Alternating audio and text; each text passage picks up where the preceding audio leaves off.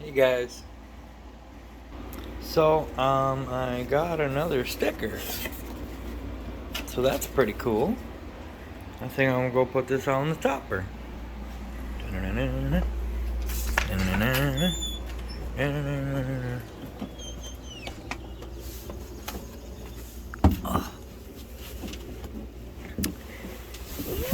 Whoa!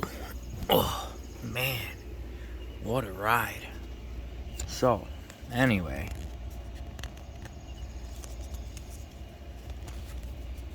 Truck is coming along. Sorry for the view here. How many horsepower is these? You're supposed to clean these? Is that a thing? Wait, oh, it's upside down in my hand. I gotta, get it at least somewhere, right? Wait, look at that. These guys come in clutch when it comes to shipping. Anyway, so I've done some things to this truck since we last hung out.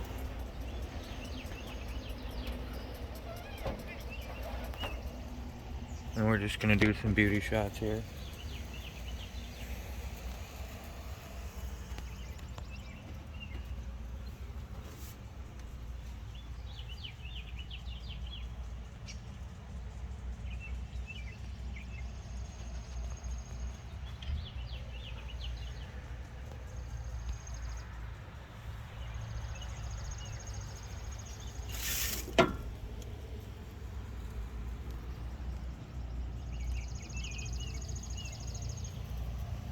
It's coming along. This dude's a pretty cool inspiration sometimes.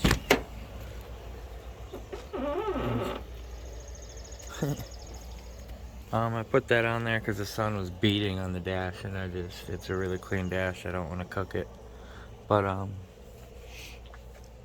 me and Danny ran the brake lines as well. The clutch works, ignition works.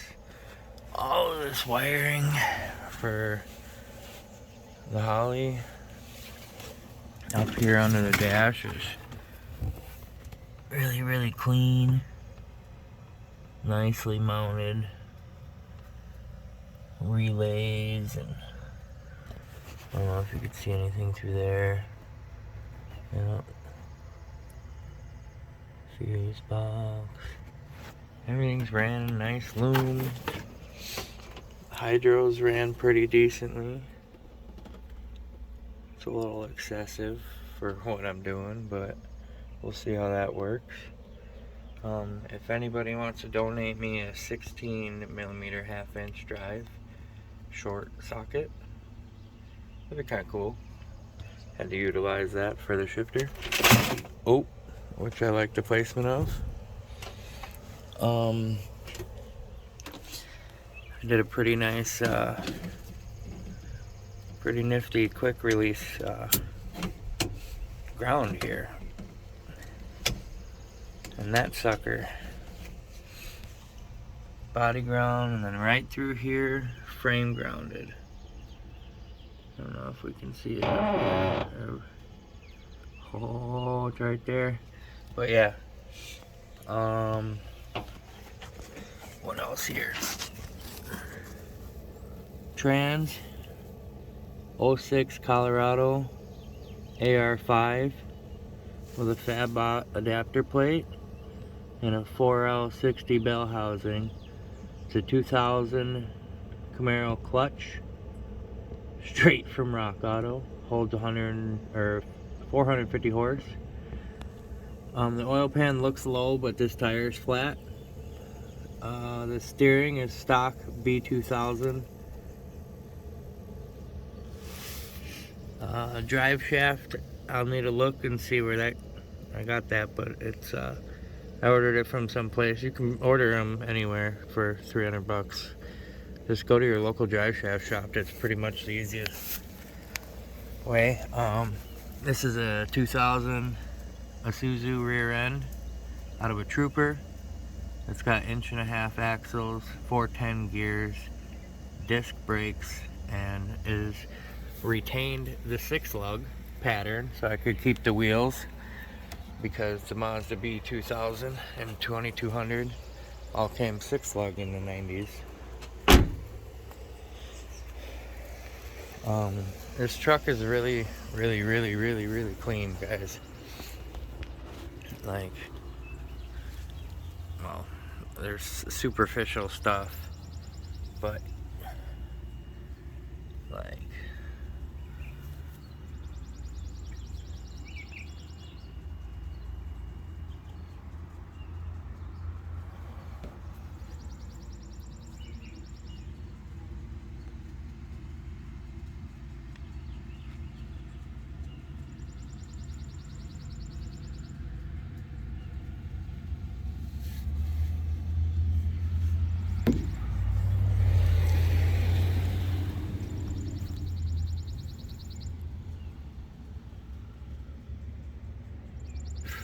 it's like really clean.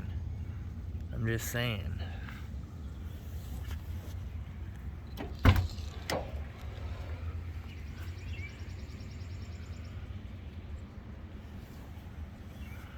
So I got a pretty good set of bones here for this build.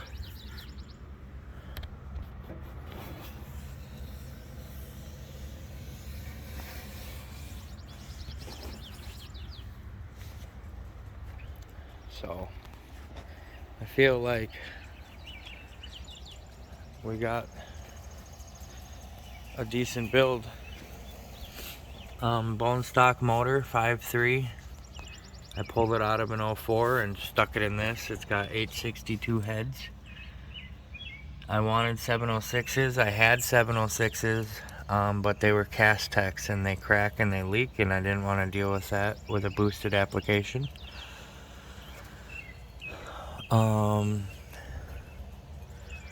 The wiring for the Holly is super simple. If anybody does an LS swap, if you don't go Holly with this, it's just not. Why complicate it in any way? It's plug and play. Got the grommets back in for that. I still need to do the windshield wipers. That's alright though. GT45 turbo off eBay. I kept looking at them for like 2 years, and then all of a sudden one post popped for $144.50. So I ordered that puppy right up, just cause. And mine is 48 inches long, I believe, which I ran this way and then just kind of under the intake runner but above the gasket. You kind of got to modify it and trim it a little bit around there, but it turned out pretty clean, I believe. And that puppy goes down here to the oil feed. I'm gonna sneak in here, see if I can. Yeah. Well, these are the motor mounts. We'll talk about that. They're just a poly bushing in there, tiny, so there's not much movement. And I like how these cast manifolds. These cast manifolds. I like how they. I'm sorry for the twist there. I'm used to holding my phone the other way. They fit really nice, and where they come down,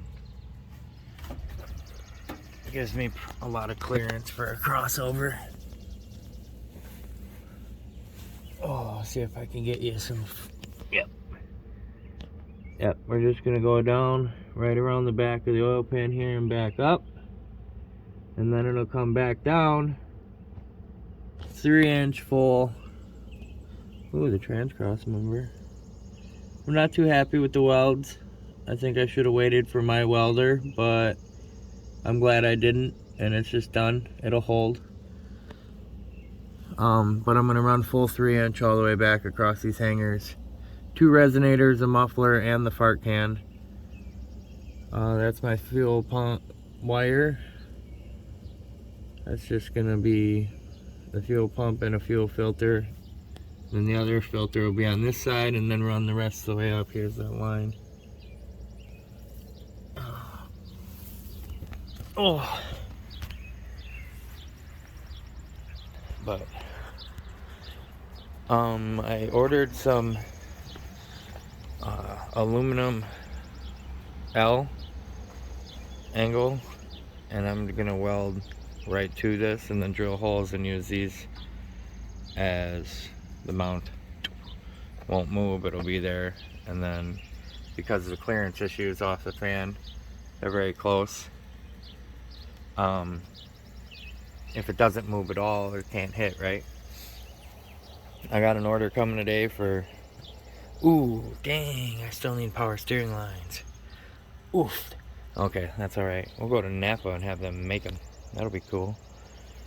Kind of cool. I still got the stock reservoir overflow, and that's right here, so that's cool. I mean, it will probably be insufficient for an overflow, but it's cool. Yeah, me and Danny reran the brake lines. They go this way and down, and once they're not all janky, like you just gotta clip them into place, but I think they turned out all right. And this one goes up. Danny helped a lot with that. He found some, like, this bracket used to be mounted up here, and he's like, oh, if you straighten the line, it'll go right here. And I'm like, yeah, that's out of the way, let's do it. And it opens up the spot for my exhaust more, so I'm not running into that.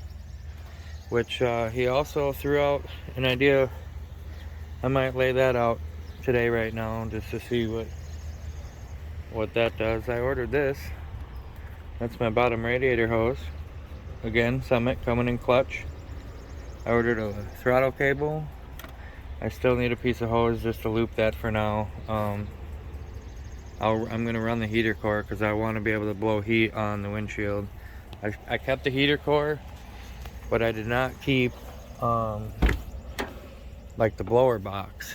So what I'm gonna do is get a small computer fan style fan and mount it to that square so it just blows enough to get heat on to the windshield in like fall during drift events and it's rainy and stuff, just to clear the windshield a little bit. I like this sticker here. Remember, stupid, you have to drive this home. But SRT 4 seats. Those I got in Indianapolis. Me and my buddy Pete drove all the way down there. He sat in the back seat, I sat in a junk seat. We got there, we left the junk seat with the guy and put the two nice seats in the car, along with a nice carbon fiber hood. That was a fun story. Leave a comment. I'd like to know what people actually think of this wing. It's the first thing I did is I got home and wanted to mount an SRT wing in, because this truck's original build was going to be an SRT4, but for technical reasons, it's just not going to happen. And this one, I do still have a plan for an SRT rear-wheel drive build. If this blows up for some reason and I come up with money, it'd be pretty nifty to finish that build too. Just not in this platform for how much I'm going to beat the hell out of this truck at drift events. It's just, that motor is 250 bucks on a bare block when an SRT is damn near 1,000, and I can't keep them good stock, let alone boost them with a massive turbo. Just not practical. I did have to notch the hood on this, but I don't think it's half bad. I got some sheet steel. I'm gonna make little angles here and then kind of bondo and fix it as best as I possibly can. I'll order a new grill because that one was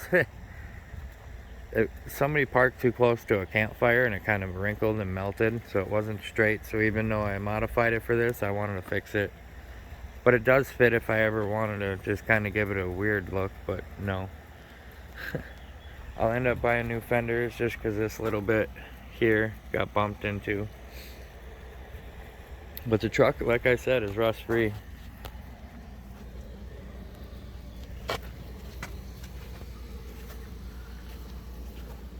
It's clean, it's really clean. So, and this thing just keeps on going. I bought this for 400 bucks. You can watch this earlier in the channel if you guys want. But yeah, I bought this for 400 bucks, not running, sight unseen. Went up there, I was like, I'll take it. And I dumped probably $2,500 in Rock Auto parts that me and Pete did on the channel. You can watch that. And we put all that in there, and I did a bunch of other stuff, and over time I ended up replacing other things, and a lot of stuff's new. So it's like it rides and drives and runs like a brand new truck, but it looks like a ship box, and I love it. So, but that was just an update. I just wanted to kind of talk about the truck in one video. I will, if anybody would care, put an entire parts list together. I could do that, I suppose, in a video. Just give me some comments, let me know. But I believe this Wednesday, which would be, I don't know days, I think today's the 10th. So this upcoming next Wednesday here, this thing's gonna start, and we're gonna try and move it under its own power, which I believe will work, because it does with this.